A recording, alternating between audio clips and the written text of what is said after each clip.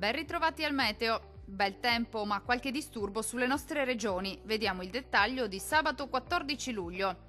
Sul Veneto sarà bel tempo nella prima parte della giornata, con ampio soleggiamento un po' su tutti i settori. Dal pomeriggio si accenderà l'instabilità sui rilievi del Bellunese, con qualche rovescio temporale, sempre buono invece altrove. Temperature minime tra 17 e 20 gradi, massime piuttosto calde, comprese tra 28 e 33 gradi. Diamo uno sguardo alla situazione del Friuli Venezia Giulia. Bellissima mattinata all'insegna del sole su tutti i settori. Il cielo sarà poco o parzialmente nuvoloso ovunque. Dal pomeriggio qualche addensamento anche con occasionali rovesci sui settori alpini. Temperature in aumento con minime comprese tra 18 e 20 gradi, valori massimi oscillanti invece tra 29 e 32 gradi circa.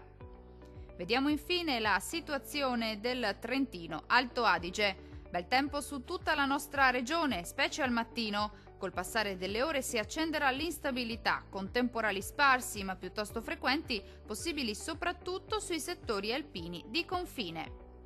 Temperature molto calde con minime comprese tra 17 e 18 gradi, valori massimi oscillanti invece tra 29 e 32 gradi.